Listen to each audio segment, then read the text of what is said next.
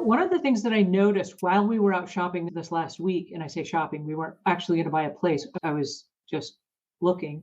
But while we were out looking, and again, it's the Villages, Florida, one of the things that my husband and I both became keenly aware of is they were not selling the homes as much as they were selling the lifestyle. And so everywhere we went, the homes were kind of small. And I say small because it would be a downsize from what we live in now. They weren't two-story homes, they were mostly one-story homes. That would be kind of like something that an active 55 plus person would live in as kind of their last final home.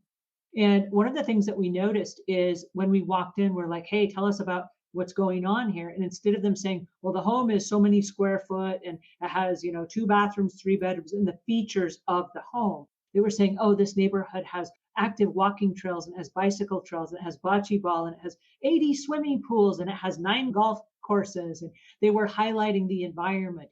And then the community has all these different I don't even know what you call them, but they're like little town centers where they have like card games and they have a quilting club and they have book clubs and they have Bible clubs and they have a music club and then a barbershop quartet and they have entertainment every night in the square on 3 different squares in this area. And so they were highlighting all of these. I mean, by the time I left, I was like, oh, this is like the coolest place on earth. Hmm. And it really had very little to do with the actual house itself. And I realized as I was leaving each of these places, these people are not selling the homes because these are average homes, but they're selling the lifestyle of what this looks like when you settle down and you're done working, 80-hour weeks and you want to just kind of kick back and then have some fun because you deserve it, kind of a lifestyle. Well, the way we use our homes has changed drastically over the past couple years specifically, but the past several years, more and more people working from home, doing homeschooling.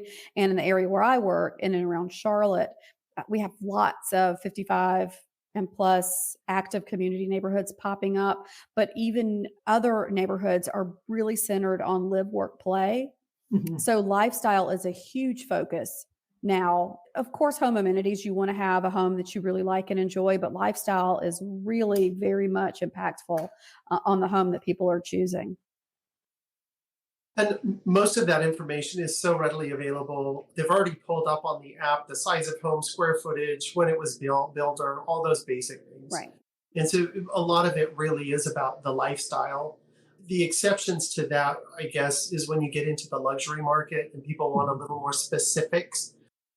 But again, as realtors, we usually share about 20% of what we know on any given home or area and try to let our clients do most of the talking.